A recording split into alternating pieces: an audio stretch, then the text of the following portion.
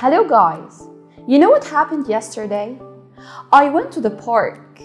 My friend Hiba came with me. The weather was so good and we had a lot of fun. went. ازاي اقدر اتكلم عن حاجة حصلت في الباست او في الماضي؟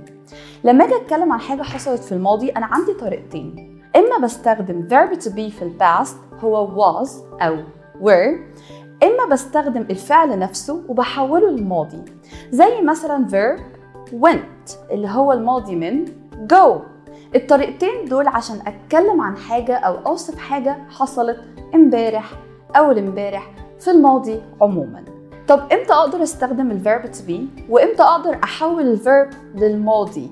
لو هستخدم verb to be يبقى انا بتكلم عن adjective زي مثلا the weather was good، او بتكلم عن مكان معين I was at the park. My friend Hiba was with me at the park.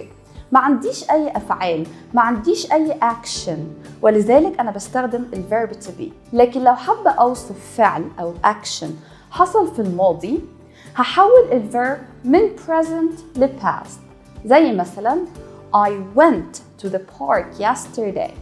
My friend Hiba came with me.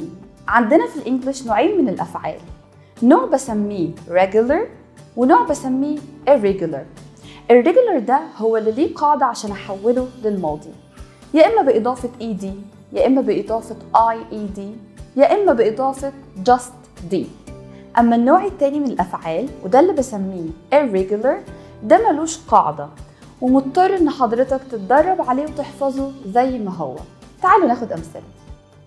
go present، went past، eat present، ate past، drink drank، swim swam، come came.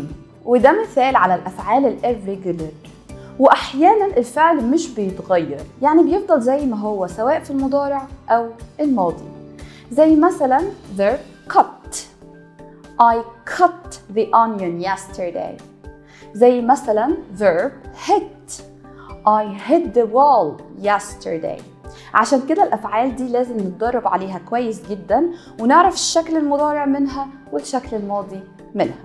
عشان نتكلم عن الماضي عندنا time expression أو بعض الكلمات تساعدنا نعبر إن إحنا بنتكلم عن الماضي زي مثلا yesterday، زي last year، last month، زي ago. وago دايما بتيجي في آخر الجملة. For example, I went to the work 3 hours ago. ممكن أستخدم السنوات زي مثلا I was born in 1999. كل ده عشان نتكلم عن past simple. So today we learned how to talk about the past simple. Try to practice and express what happened for you in the past. Minna Mustafa was with you. See you next video.